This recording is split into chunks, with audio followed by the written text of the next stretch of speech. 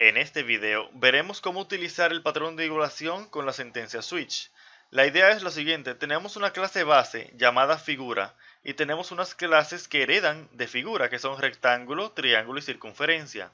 Ahora, yo quiero en un momento determinado discernir cuándo un objeto es o rectángulo o triángulo o circunferencia. Una manera de hacer esto ahora en C# 7 es utilizando la sentencia switch.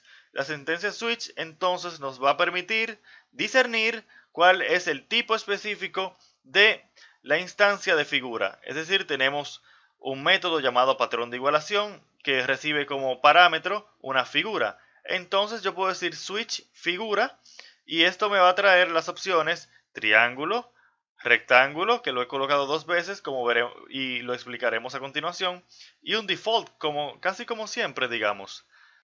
Y esto simplemente funciona. Si venimos para acá arriba, vamos a ejecutar nuestra aplicación. Lo primero que se va a ejecutar entonces es patrón de igualación pasándole el cuadrado. Y veremos por qué hemos colocado dos veces rectángulo. Tenemos entonces que tenemos un cuadrado.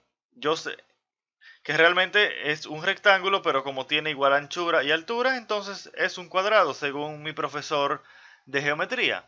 Entonces lo que hacemos es lo siguiente. Tenemos triángulo T, pero tenemos, y esto no es. Es decir, si yo le doy, vemos que cuando le damos F10 saltamos esta línea. La idea es que él vio que no era un triángulo, pero entonces dijo, bueno, ¿es un rectángulo? Sí, es un rectángulo, pero tenemos una condición, una cláusula específica que dice que cuando sea un rectángulo y su anchura sea igual a su altura, entonces vamos a ejecutar esta línea de código y vemos que hemos entrado a este case específicamente. Es decir, se ha determinado que esta figura corresponde a un rectángulo el cual tiene su anchura y su altura por igual. Entonces podemos presionar F10 y vemos que se ha corrido este código. Vamos a entrar aquí pasándole un rectángulo. Este es un rectángulo con altura de 5 y altura de 6, es decir, diferentes. Y podemos entrar a este método y vemos que pasamos para acá, pero vemos que esta condición no se cumple. Sin embargo, sí resulta que es un rectángulo. Esto justifica este comentario que yo tengo acá. La idea es que a veces el orden sí importa en el caso de la sentencia switch. ¿Por qué? Porque si yo hubiese colocado rectángulo primero, entonces este rectángulo que está aquí nunca se hubiese corrido, porque esta es una instancia o una condición muy específica de los rectángulos, que es cuando la altura y la anchura son iguales.